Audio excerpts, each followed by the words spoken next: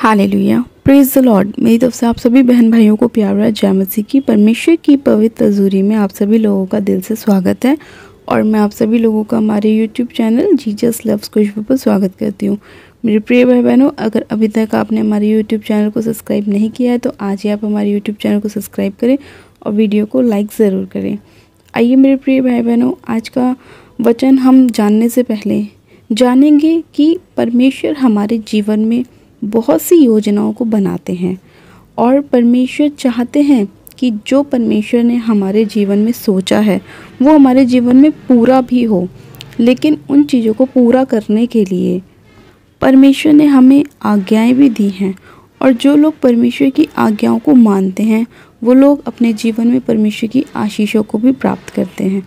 लेकिन बहुत से आज क्रिश्चियन भाई बहन भी ऐसे हैं जो परमेश्वर की आज्ञाओं को जानते हैं लेकिन उन्हें फॉलो नहीं करते, यानी कि उन्हें नहीं मानते, और जिसकी वजह से उन लोगों को अपने जीवन में बहुत सारी समस्याओं को देखना पड़ता है, बहुत सारी चीज़ों को फेस करना पड़ता है। और कुछ लोग तो ऐसे भी हैं जिन्हें बीमारियों को भी अपने जीवन में देखना पड़ता है, क्योंकि जो लोग परमेश्वर की बताई हुई आज्ञाओं को नहीं मानते, परमेश्वर के वचन को नहीं मानते, उन्हें नज़रअंदाज करते हैं, सोचते हैं कि अगर हमने एक बात नहीं मानी तो क्या होगा, कुछ नहीं होगा, प्रभु कुछ नहीं कहेगा। ऐसा नहीं होता। जब जब परमेश्वर पर, प्रभु यीशु मसीह पर विश्वास करते हैं और परमेश्वर को अपना उद्धारकर्ता ग्रहण करते हैं, तब हम अपना जीवन प्रभु को दे देते हैं और जो जीवन हमारा पहला होता है वो ख़त्म हो जाता है। और जब हम प्रभु को अपना उद्धारकर्ता ग्रहण करते हैं तब हमारा जीवन नया हो जाता है। और जब हमारा जीवन नया होता है तो हमें सारी वो चीज़ें जो प्रभु यीशु मसीह ने हमें दी हैं माननी होती है, क्योंकि हमारा जीवन भी नया हो जाता है और हमारा चाल चलन भी नया हो जाता है। और जो चीज़ें प्रभु यीशु मसीह ने हमें बोली हैं करने के लिए वही हमें करनी होती है।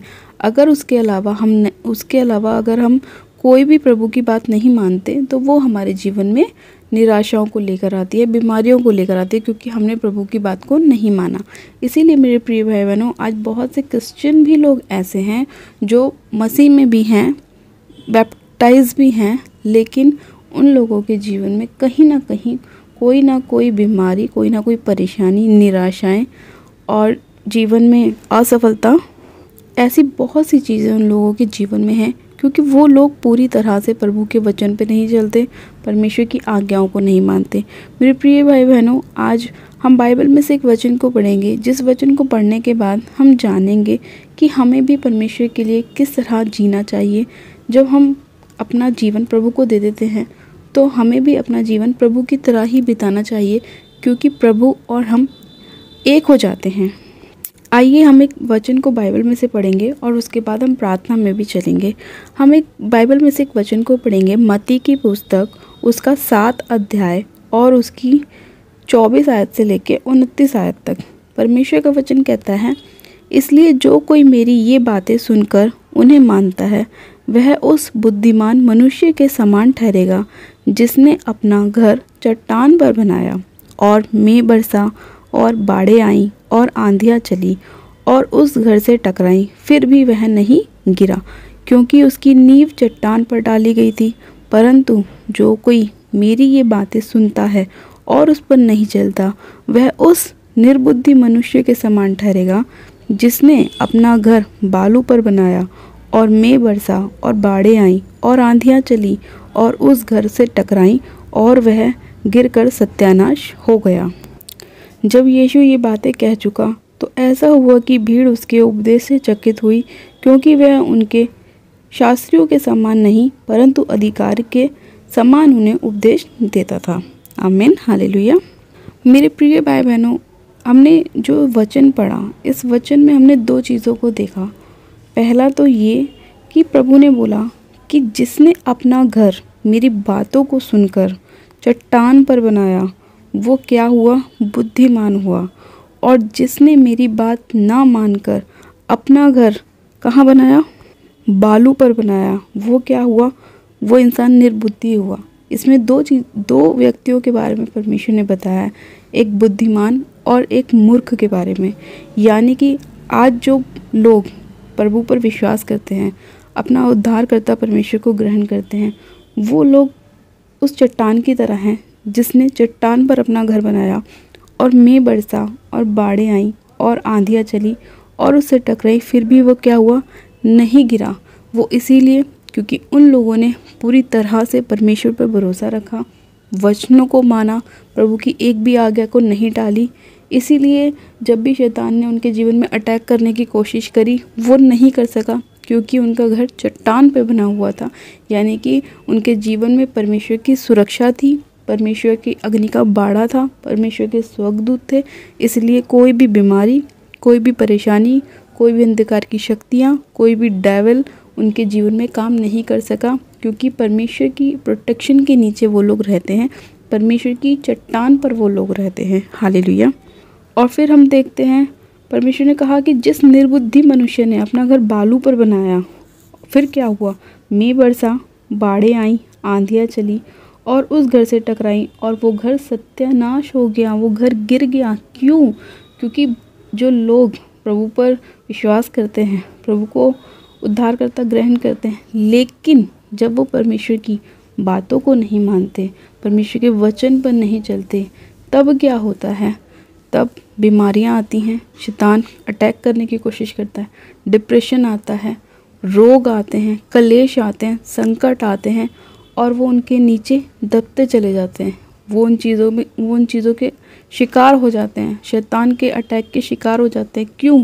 क्योंकि उनके जीवन में प्रोटेक्शन नहीं, परमेश्वर के स्वर्गदूत नहीं, अग्नि का कोई बाड़ा नहीं, परमेश्वर का कोई हाथ नहीं है उनके ऊपर। इसीलिए शैतान उनके जीवन में जल्दी अटैक करता है, क्योंकि उन्होंने अपना घर कहाँ बनाया है, बालू पर बनाया है। और जब बरसात आती है, मेंह बरसता है, आंधियाँ आती है, तूफान आता है, तो क्या होता है, वो घर सत्यानाश हो जाता है, क्योंकि अधूरा ज्ञान, अधूरी बातें, अधूरी प्रार्थना, अधूरे वचन उनके जीवन को नाश कर देती है। मेरे प्रिय भाई बहनों, आज परमेश्वर का वचन आपको ये कह रहा है कि जितने लोग आज बीमारियों के नीचे हैं, परेशानियों के नीचे हैं, वो उस निर्बुद्धि मनुष्य की तरह हैं जिसने अपना घर बालू पर बनाया है। यानी कि आपको पूरी तरह से अगर अपने जीवन में चंगाई चाहिए, छुटकारा चाहिए, ब्लेसिंग चाहिए, आशीष बरकत चाहिए, अपनी सेवकाई को बढ़ाना आप चाहते हैं, तो आपको क्या करना है, पूरी तरह से कंप्लीट परमेश्वर पर भरोसा रखना है, परमेश्वर के एक एक वचन को फॉलो करना है। क्योंकि जितना आप परमेश्वर में मजबूत रहेंगे, उतना ज़्यादा आपका घर चट्टान पर बनेगा। और जब हमारे घर की नींव चट्टान पर होगी, तो कोई भी आंधी तूफान उस घर को नहीं हिला सकते। यानी कि कोई भी इंसान, कोई भी व्यक्ति, कोई भी बीमारी, कोई भी कलेश हमें नहीं हिला सकता, कोई भी चीज़ हमें प्रभु यीशु मसीह से दूर नहीं कर सकती, क्योंकि हमारे जो आसपास की चीज़ें होती हैं वो परमेश्वर प्रोटेक्ट करके रखता है, हमें बचा कर रखता है। उसके स्वर्गदूत हमारे ओर चारों ओर तैनात रहते हैं। कोई भी अंधकार की शक्ति हमारे जीवन में एंटर नहीं कर सकती, क्योंकि हमने अपने चारों ओर परमेश्वर की अग्नि का बाड़ा लगाया हुआ होता है, परमेश्वर की हमने सुरक्षा को अपने पास मांगा हुआ होता है। तो कोई भी अंधकार की शक्ति हमारे जीवन को नष्ट नहीं कर सकती। लेकिन जो लोग परमेश्वर की आज्ञा को नहीं मानते, पाप करते हैं, वे विचार करते हैं, गलत चीज़ों को देखते हैं, गलत चीज़ों को सोचते हैं, गलत अपने मुंह से बोलते हैं, दूसरों के लिए गलत शब्दों का इस्तेमाल करते हैं, दूसरों के लिए ईर्ष्या रखते हैं, वो लोग कभी भी ब्लेस नहीं हो पाते, क्योंकि वो लोग निर्बुद्धि मनुष्य की तरह होते हैं जिन्होंने अपना घर बालू पर बनाया होता है। और जब उनके जीवन में कलेश आते हैं, परेशानियां आती हैं, बीमारियां आती हैं, वो कुड़कुड़ाते हैं, परमेश्वर को बुरा भला बोलते हैं और वो परमेश्वर से दूर हो जाते हैं और बीमारियां और परेशानियां उनके जीवन में आ जाती हैं, जिसकी वजह से वो बहुत ज़्यादा निराश हो जाते हैं। तो मेरे प्रिय भाई बहनों, जो लोग चाहते हैं कि आज परमेश्वर आपके जीवन में काम करे, आपको भी परमेश्वर के लिए कुछ काम करना होगा, आपको भी मेहनत करनी होगी, आपको समय देना होगा परमेश्वर के साथ और परमेश्वर के वचनों को मानना होगा, तभी परमेश्वर आपके जीवन में काम कर सकता है। क्योंकि जब आप मजबूत होंगे, आपको कोई नहीं हिला सकता, आप परमेश्वर के साथ बने रहेंगे, तो परमेश्वर आपकी सहायता करेगा और आपके शत्रु से रक्षा भी करेगा। हालेलुया। मेरे प्रिय भाई बहनों, आज का वचन आपके जीवन में 100 गुना ब्लेसिंग को लेकर आए और आपके मन, हृदय, आत्मा को खोले, ताकि आप परमेश्वर के वचन को माने, उस पर चलें और परमेश्वर आपकी सहायता और मदद करे और आपका पूरा छुटकारा करे। हालेलुया। आइए मेरे प्रिय भाई बहनों, हम प्रार्थना करते हैं कि परमेश्वर हमारे जीवन में काम करे और हमारे जीवन से हर एक प्रकार की अंधकार की शक्तियों को दूर करे और हमें बुद्धि दे, ताकि हम उस बुद्धिमान मनुष्य की तरह बन सकें जिसने अपना घर चट्टान पर बनाया हो, ना कि बालू पर। आइए हम प्रार्थना करते हैं। Hallelujah, hallelujah, hallelujah. मेरे सर्वशक्तिमान पिता परमेश्वर प्रभु यीशु मसीह, आपका धन्यवाद करते हैं। जीवित अनुग्रहकारी पिता परमेश्वर, आपका धन्यवाद करती हूँ आज के सुंदर समय के लिए खुदावन पिता परमेश्वर, जो आपने हमें हमारे जीवन में दिखाया। प्यारे पिता परमेश्वर, एक एक जन को मैं आपके पाक पवित्र लोह में कवर करती हूँ। सामर्थ्य पिता परमेश्वर, आप दया कीजिए, क्योंकि आप दया करने वाले परमेश्वर हैं। आप जीवित अनुग्रहकारी परमेश्वर हैं, आप दया करने वाले परमेश्वर हैं। हाँ मेरे प्रभु परमेश्वर, आज जितने लोग अपने मन को आपके वचन की ओर लेकर जा रहे हैं मेरे प्रभु, और आपसे वायदा कर रहे हैं कि वो उस बुद्धिमान मनुष्य की तरह बनेंगे जिसने अपना घर चट्टान पर बनाया। हाँ मेरे प्रभु, आप उन सभी लोगों को आशीष दीजिए और मेरे खुदावन उनको मजबूत कीजिए, उनकी सहायता कीजिए, मदद कीजिए, ताकि वो लोग अपने जीवन में अपने आशीषों को प्राप्त कर सके, अपनी ब्लेसिंग को प्राप्त कर सकें, अपनी बरकत को प्राप्त कर सके। खुदावन मैं आपका धन्यवाद करती हूँ पिता कि आपने इस प्रार्थना विनती को सुना और एक एक जन को छुआ छू के ब्लेस किया, आशीषित किया। इनके जीवन से हर एक दुखों को, परेशानियों को, कलेशों को आपने दूर किया, क्योंकि आप अपना वचन भेजकर मेरे प्रभु हमारे मार्ग में हमारी सहायता करते हैं, हमारी मदद करते हैं और हमें हर एक उस गलत मार्ग से जाने से बचाते हैं जो हमारी हानि के लिए शैतान ने बनाया है।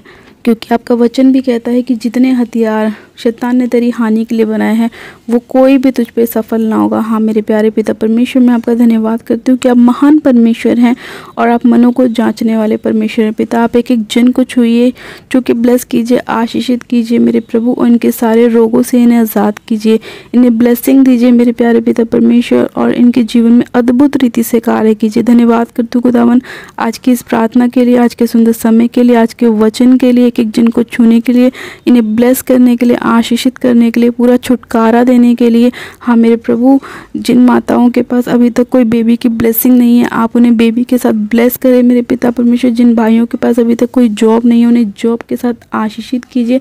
और मेरे प्रभु, जो नाना प्रकार की बीमारियों से ग्रस्त हैं, उन्हें उनकी बीमारियों से छुटकारा दीजिए मेरे पिता परमेश्वर। उन पर दया कीजिए। दयालु पिता परमेश्वर, मैं आपका धन्यवाद करती हूँ कि जो लोग अपने पापों की क्षमा कर रहे हैं मेरे प्रभु, उनको आप क्षमा कीजिए मेरे पिता परमेश्वर, उन पर दया कीजिए। खुदावन मैं आपका धन्यवाद करती हूँ उस प्रार्थना विनती को सुनने के लिए, एक एक जन को छूने के लिए, एक एक जन को मैं सिर से लेकर पैर के नाखूनों तक आपके पाक पवित्र लोह में कवर करती हूँ। धन्यवाद करती हूँ, आपने इस प्रार्थना विनती को सुना, उत्तर आमीन में दिया। धन्यवाद के साथ इस प्रार्थना को मांगती हूँ। आमेन, आमेन। आप सब जन कहें आमेन। God bless you. आप सब जन आशीषित हैं पिता परमेश्वर प्रभु यीशु मसीह के सामर्थ्य और जलाली नाम में। और ये मेरा विश्वास है कि आज का वचन आपके जीवन में बहुत तायत से ब्लेसिंग को लेकर आएगा और आपके हृदय को खोलेगा, ताकि आप अपना घर चट्टान पर बना सके, प्रभु यीशु मसीह पर पूरी तरह से विश्वास कर सके। हालेलुया। और please like and subscribe my YouTube channel Jesus loves Khushboo. God bless you. Praise the Lord.